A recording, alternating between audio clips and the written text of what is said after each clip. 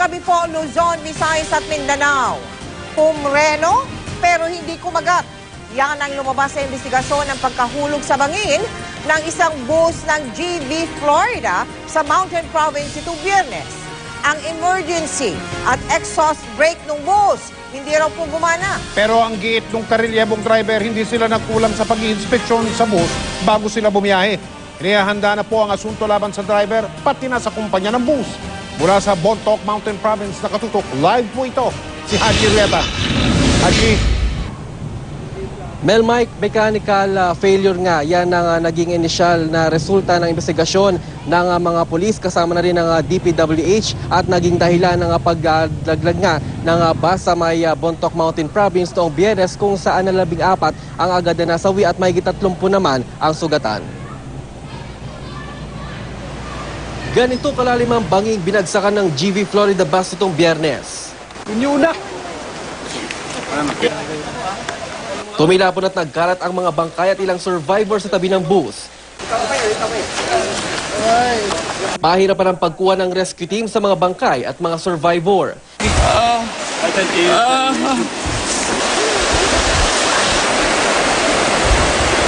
Dadaan pa sa sapa at aakyat pabalik sa highway.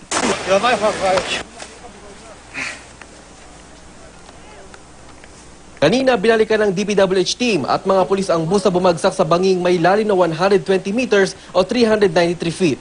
Binusisi ang makina, ilalim, mga gulong pati brake system. Ayon sa DPWH Auto Equipment Inspector Team, may MAXI o emergency brake daw ang bus. Automatic na pinahihinto raw ng emergency brake ang malalaking sasakyan tulad ng mga passenger bus at cargo truck kapag pumalya o di na gumana ang main brake. Pero maski ang maxi brake, di raw gumana.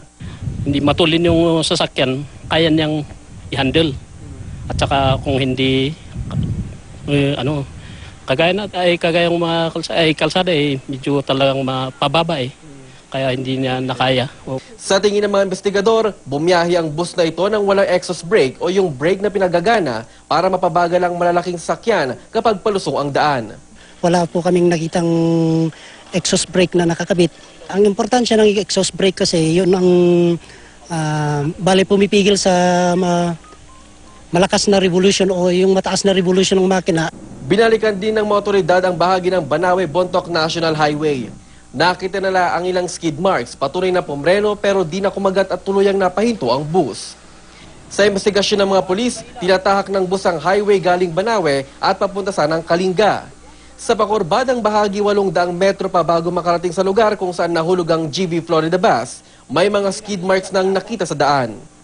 Ibig sabihin mula rito, palyado na raw ang emergency brake.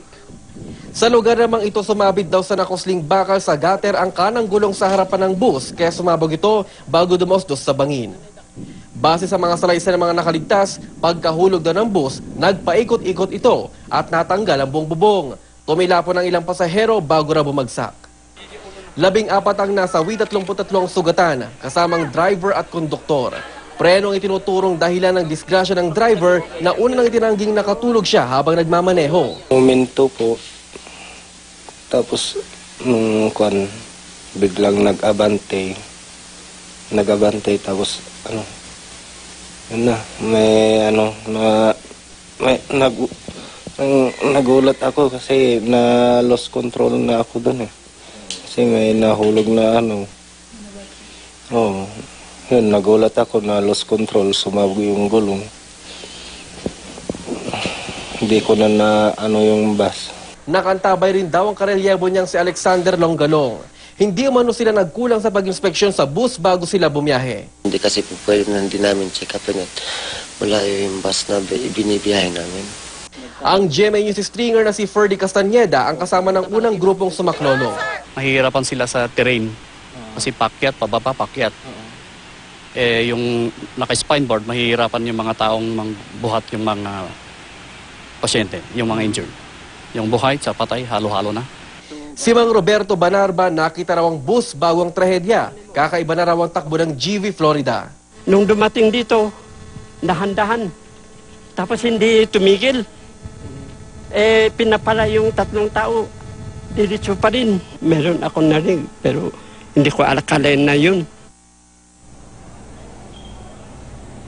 Mel, inihanda na raw ng mga pulis ang reklamong isasampa laban nga sa bus company at driver na multiple homicide at physical injuries. Mel?